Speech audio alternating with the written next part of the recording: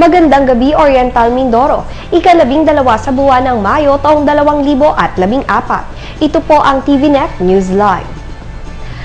Sa ulo ng ating mga balita, operasyon ng pagpapalalim ng Calapan River sinimulan na. Mga opisyales ng Anak Calapeño inihalal. Mahigit 20,000 botante sa lungsod, wala pang biometrics. Sa detalye ng ating mga balita, mahigit 20,000 botante sa lungsod ang nananatiling wala pa ring biometrics. Ito ay base sa listang inilabas ng COMELEC kaugnay ng maagang pagbubukas muli ng voters registration. Ayon sa City COMELEC, marami sa mga botante ang nag-aakala na dahil rehistrado na at regular na silang bumoboto ay maaari na rin silang makaboto sa 2016 election, kahit kulang o wala pang biometrics. Bunsod nito, paulit-ulit na paalala ng COMELEC na hindi papayagang bumoto ang sinumang rehistradong botante sakaling di na iproseso ang pagpapakuha ng biometrics na kinabibilangan ng pagkuha ng larawan, lagda at fingerprints. Sa kasalukuyan, 500 pa lamang sa kabuuan ang nagparehistro matapos ang halos isang linggong pagbubukas. Ilan sa kanila ang nagpa-reactivate, nagpa-validate at nagpa-transfer. Samantala sa pinakabagong memo ng COMELEC, sa halip na linggo hanggang Huwebes lamang bukas ang kanilang tanggapan. Bubuksan na ito hanggang sa araw ng Biyernes bilang pagpapalawig sa mga araw ng pagbibigay serbisyo sa mga mamamayan sa panahon ng voter registration.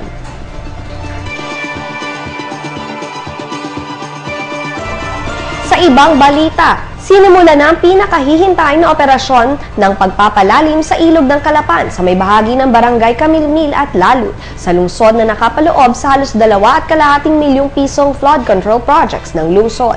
Ika-10 ng Mayo nang bisitahin ni City Mayor Arnan Panaligan ang dredging operations kung saan sinimulang tanggalin ang burak na nagiging sanhi ng pagbabaw ng ilog, gayon din ang mga nakahara na sasa at water lilies na nagiging dahilan naman ng pagbabara ng daloy ng tubig. Maliban dito, umuusad na rin ang Phase 1 ng City Flood Control Project at Calapan River Revival Project mula sa bahagi ng San Vicente hanggang Santo Niño.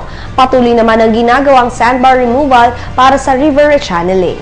Samantala, matatandaan na noong mga unang buwan pa lamang ng kanyang pag-upo bilang alkalde, sinabi na ni Mayor Arnan Panaligan ng adhikain na simulan ang malawakang dredging operations upang masiguro ang kaligtasan ng lahat ng barangay, hindi lamang ng mga low-lying areas kapag panahon ng tag-ulan.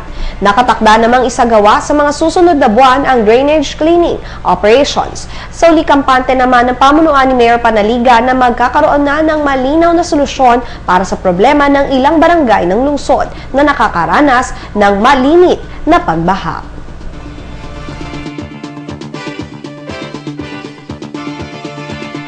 Magbabalik po ang TVNet News Live. Bakit ka kasi kumabit? Alam mong di tama yan, di ba? Huwag ka nang gumamit ng pag-aari ng iba. Nakakaperwisyo ka sa mga legal na cable. Lumalabo ang signal nila. Mahiya ka naman, hoy. Illegal na cable mo, putulin na. Ano, gusto mo bang umabot pa sa kulungan? Umiwas ka na sa gulo tsaka skandalo. Huwag maging kabit. Magpakabit ng tama ngayon. Supported by PCT.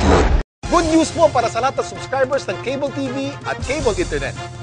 Naisa batas na po ang Anti-Cable Television and Cable Internet Tapping Act of 2013. At ayon dito, bawal makikabit ng Cable TV at Cable Internet. Ang parusa sa sino mang lumabag sa batas na ito ay pagkakakulong at pagbabayad ng malaking multa. Bayad ka na nga, kulong ka pa. Kim Atienza po, nagsasabing pagdating sa batas, hindi weather-weather lang. Huwag maging kabit. Supported by the PCT. Upang matiyak na mapangangalagaan pa rin ang kapakanan ng sektor ng kabataan at may boses pa rin sila sa lipunan, inorganisa ng pamahalang lungsod ang Anak Calapeño o Alyansa ng Nagkakaisang Kabataang Calapeño na bahagi ng idinaos na Youth Summit, ika-10 hanggang ika-11 ng buwang kasalukuyan sa Benedictine Nuns of the Eucharistic King Conference Hall, Barangay Salong, Lungsod ng Calapan. Ang nasabing aktibidad ay pinamahalaan ng City Youth and Sport Development Office at ng Committee Affairs kung saan nagpadala ng tig-7 kabataang representative edad 15 hanggang 25 anyos ang bawat barangay, kung kaya naman halos 500 ang lumahok sa naturang summit. Mainit na tinanggap ng punong lungsod ang mga kabataan sa pagdating nila sa Youth Summit, habang ilang mahalagang paksa naman ang tinalakay na nakakapagbigay ng dagdag na kaalaman sa mga partisipante, gaya ng symposium hinggil sa anti-drug campaign ng PIDEA, Character City Program, Climate Change, Livelihood Seminar, Parliamentary Procedures at marami pang iba. Naging highlight naman ng 2 araw na aktibidad ang Leader Training Seminar, team building, mass oath-taking ng anak Calapeño officers at ang Federation election. Nahalal na opisyales ng anak Calapeño sina Carla Rojas bilang presidente, Vice President naman si Julius Gonzalez, Secretary si Agnes Bolor, Treasurer si Roxanne Masongsong, habang auditor naman si Rona May Marasigan. Project managers naman sina Maria Jessica Santa Cruz at Christopher Ferrer. Public Information Officer si Gerald Florida, habang Board of Directors sina Rio Amparo, Larny Joy Babaw, Jerome Bulan, Carlo Villas, Frailin Hernandez, Donna Aguirang at Rocky Guzum.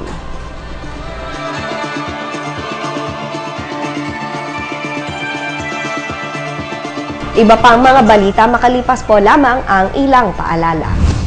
Maring Rema, saan ka ba nagsasanla? Sa Palawan Pawn Shop. Mataas ang tanggap, mababang interes. 1 to 11 days, 1% lang. 12 to 22 days, 2% ang interes. At 23 to 33 days, 3% lang ang interes. May automatic text pa sila sa mga customer para mai-renew at hindi marimata ang mga sangla nila. Oras na, para ilipat ang mga sangla ko sa Palawan Pawn Shop. Ikaw ang #1 sa Palawan Pawn Shop.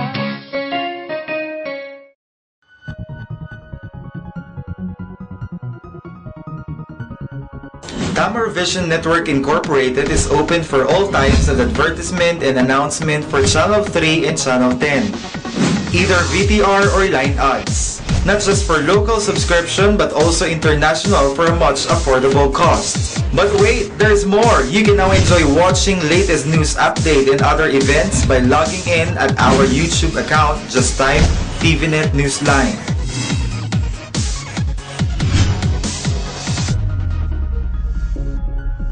For inquiries and information, visit us at TVNet Main Office, GLC Building, Juan Luna Street, San Vicente North, Calapan City, Oriental, Mindoro, or you may call 043-288-4240.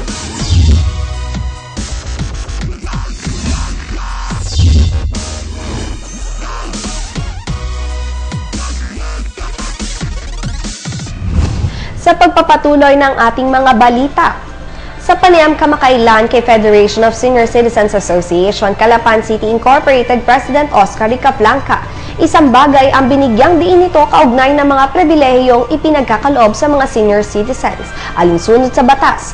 Ito ay ang diskwento sa pagsakay sa barko. May petsang February 17, 2014, nagpadala siya ng 2 liham sa Maritime Industry Authority. Una, ikaugnay ng hindi umano pagsunod ng mga shipping companies na bumabiyahe sa rutang Batangas-Calapan, vice versa, sa Memorandum Circular ng nasabing ahensya na nagsasaad ng sinumang senior citizen na pasahero ng anumang public water transportation service ay dapat bigyan ng hindi bababa sa 20% diskwento sa pagbili ng mga pagkain mula sa kantina o restaurant ng barko. Ang ikalawang liham ay hinggil naman sa paghahanap nito sa sinasabing special privilege para sa mga senior citizens sa promo ng isang shipping company kung saan pare-pareho na ang